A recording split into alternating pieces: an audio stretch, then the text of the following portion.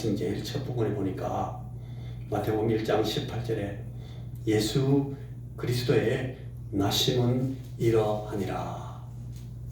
예수 그리스도의 나심에 대해서 말합니다. 근데 그 앞에는 뭐가 있는가 하면 그 앞에는 예수님이 누구의 자녀로 누구의 자손으로 태어나게 됐는지 하나님 말씀이 구약에서 쭉 설명한 이 예수님의 태어나시는 이 족보들이 쫙 나와 있어요.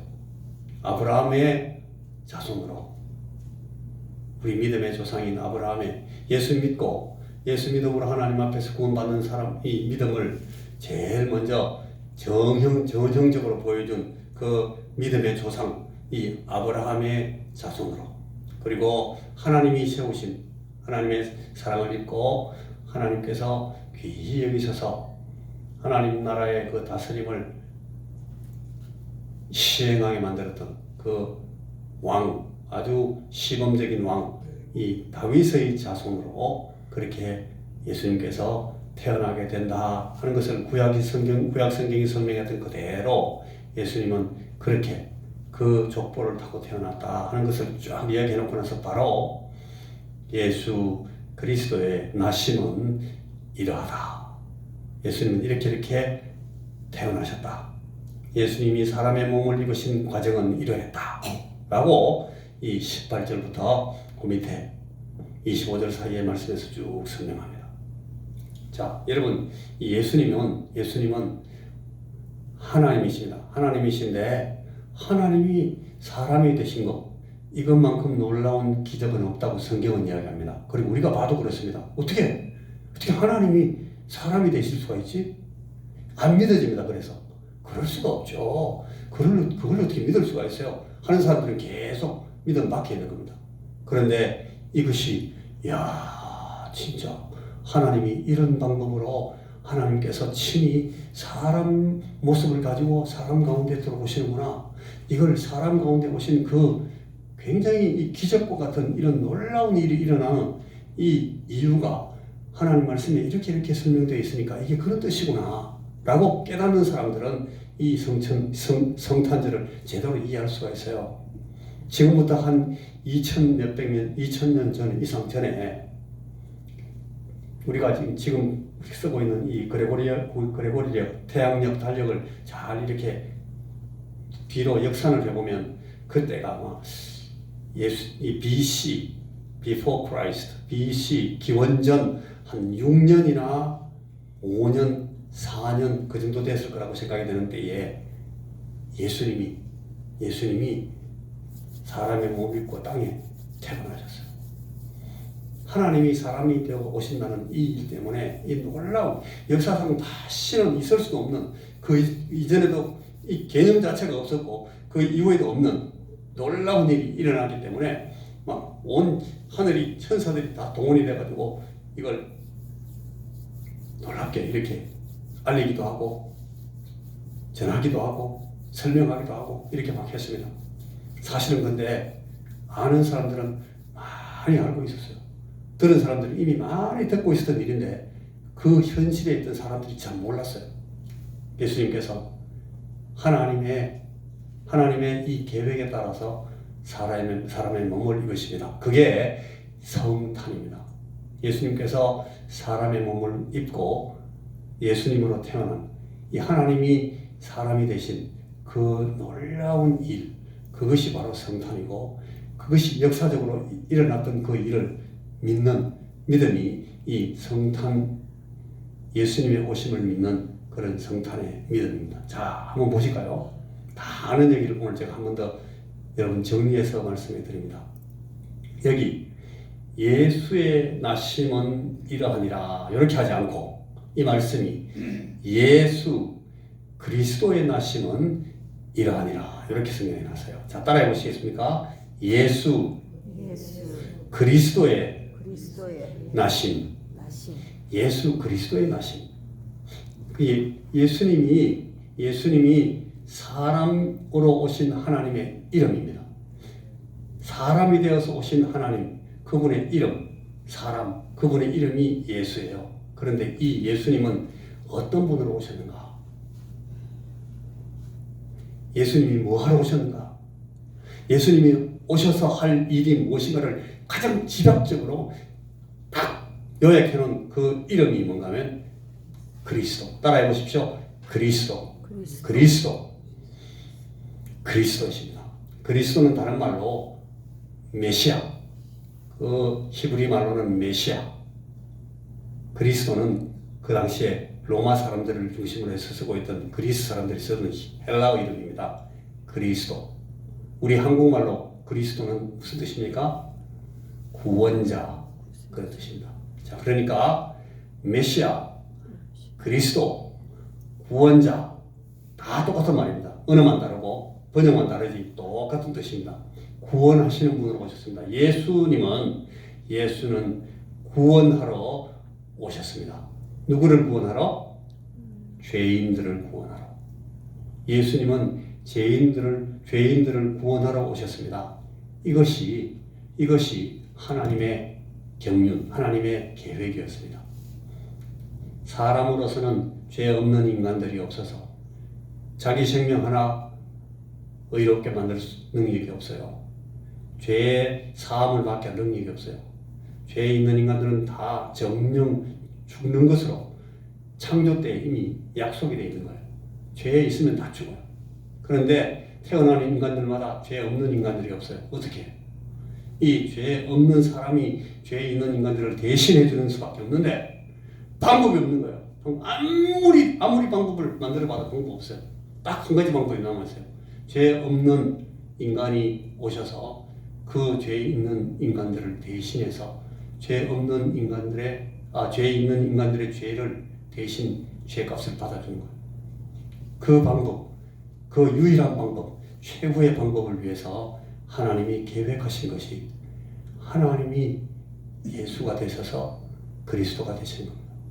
하나님이 예수라는 사람으로 오셔서 그리스도가 되셔서 구원하시는 그 방법밖에 방법이 없어서 하나님이 일하십니다. 자, 그게 오늘 18절에 나와 있습니다. 예수 그리스도의 나심은 이러하다.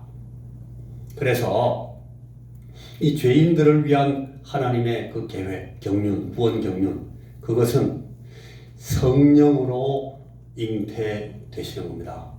사람이 사람을 통해서 사람으로 나버리면 어떤 사람도 다 사람입니다. 다 죄인입니다. 죄인이 죄인하고 만나서 죄인으로 잉태해서 나면 다 죄인이니까 지 죄 하나 감당할 방법이 없는 사람들이에요. 죄인 아닌 인간이 태어나는 방법은 죄인 아닌 사람이 되는 거예요.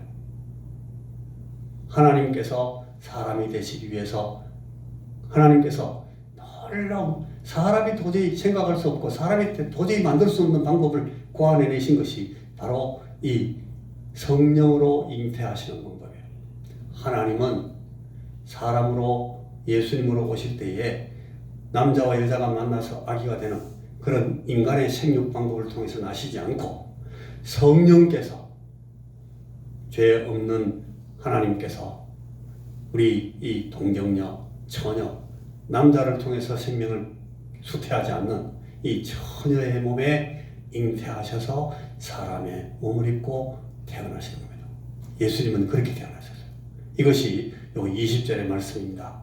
주의 사자가 현몽하여 이르되, 아마 가브리엘이 있을까요? 가브리엘 천사가 이 지금 우리가 말하고 있는 걸 설명해 줍니다. 요셉한테. 다윗의 자손 요셉아, 내 아내 마리아 데려오기를 무서워하지 말라. 그에게 잉태된 이 사람은 네가 지금 아직 결혼하기로 정혼하고 아직 동거하지도 않았는데 네 약혼녀가 지금 배가 불러오고 잉태됐지? 그거는 사람이 잉태시킨 게 아니야. 남자가 잉태시킨 게 아니야. 걱정하지 마. 하나님의 영 성령께서 그 몸에 아기를 잉태하게 하셨으니까 전혀 걱정하지 말고 너는 네 아내 마리아를 데리고 와라 라고 이 가브리엘 천사가 바로 이 요셉에게 설명해 주는 거예요. 죄인들을 위한 하나님의 경륜, 성령으로 잉태되신 예수님. 무슨 말씀인지 아시겠어요? 자, 그래서 이 예수님은 구원자이십니다. 예수님은 그 어려운 방법으로 도저히 사람들로서는 이해할 수 없는 방법으로 사람이 되어서 오시는 그 예수님. 그 예수님이 왜 그 어려운 방법으로 오시는가 하면 아까도 제가 말씀드렸던 것처럼 그리스도가 되시려고 우리를 구원하시는 그리스도 구원자가 되시려고 이렇게 하신 거예요. 구원자가 되시기 위해서는 이 방법밖에 없으니까 하나님이 이 방법을 하신 거예요. 그게 21절에 나와 있어요. 아들을 낳으리니 이름을 예수라 하라. 이 예수라는 이름을 붙이는 이유는 그가 자기 백성을 그들의 죄에서 구원할 자이시기 때문이다. 예수라는 이름은 죄에서 자기 백성을 구원하는 구원자다 하는 그런 의미라는 거예요. 자기 백성을 그들의 죄에서 구원하시려고 예수님은 사람이 되시고 그리스도가 되시는 것입니다. 그게 21절 말씀의 뜻입니다. 그래서 그리스도이신 예수님은 그 하나님의 이름이 많은 하나님의 이름이 있어요. 하나님은 여호와 하나님, 엘로힘 하나님, 하나님은 여호와 니시의 하나님, 하나님 여호와 라파의 하나님, 하나님은 이름이 많아요. 그런데 이 예수님의 모습으로 오신 하나님의 이름이 임마누엘이라고 그랬어요. 임마누엘. 따라해 보십시오. 임마누엘의 뜻은 사람들과 함께 계시는 하나님, 그런 뜻입니다. 하나님은 사람들과 함께 있을 수 없어요. 왜냐하면 사람이 하나님 앞에 나갈 수가 없기 때문에, 사람이 죄인들이 하나님 앞에 나갈 수가 없기 때문에 하나님 우리 가운데 오시면 안 돼요. 인간들이 다 죽어요. 죄인들이기 때문에. 거룩하신 하나님을 만나는 순간에 처음부터 죽습니다. 심판입니다. 바로. 그런데 하나님이 예수님의 모습으로 오시면 사람들 가운데 오실 수 있는 거예요. 사람의 얼굴을 가지고 사람의 몸을 입고, 여러분 동정녀 마리아에게 성령으로 잉태하셔서 사람의 모습으로 오신 이유가 이거예요. 우리들 가운데 오시려고.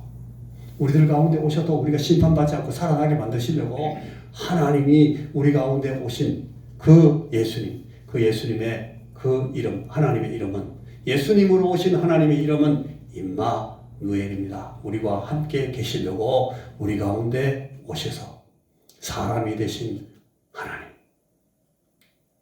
그래서 여러분 오늘 이 크리스마스를, 성탄절을 우리가 이런 예수님, 이렇게 오신 예수님, 이 일을 위해서 오신 예수님, 오늘 우리에게 이 사실을 다시금 설명해 주시는 예수님을 우리가 기념하고 기억하기 위해서 이 성탄절 아침에 모여 있는 것입니다. 오늘 예수 그리스도의 나심이 우리에게 분명히 보여주는 사실.